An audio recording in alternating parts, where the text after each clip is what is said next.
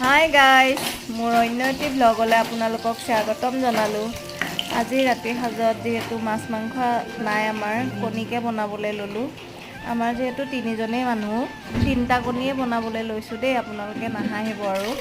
এনেকৈ লগতে চাউলকেইটাও এয়া ধুই একেবাৰে বহায়ে দিলোঁ আৰু কণীও এইফালে হৈ গ'ল আঞ্জা, আলু সৈতে বনালোঁ আৰু এইফালে ভাতো হৈ গ'ল। ভাতকেইটা হোৱাৰ পিছত গৰমে গৰমে ল'ৰাটোকে মানুহজনক আগতে দি ল'লোঁ, সিহঁত দুটা। তাৰপিছতে আৰু ময়ো গৰমে গৰমে ভাতকেইটা খাবলৈ আৰম্ভ কৰিলোঁ।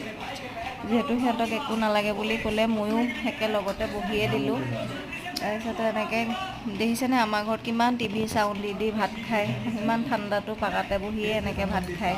লগতে মজিয়াখনো মই খাই হোৱাৰ পিছত মুচি গেটৰ তলাটো মাৰি দিলোঁ। তাৰপিছত আৰু শুব আহিলোঁ। ভিডিঅ'টো ভাল পালে লাইক কৰিব, কমেণ্ট কৰিব আৰু শ্বেয়াৰ কৰিব।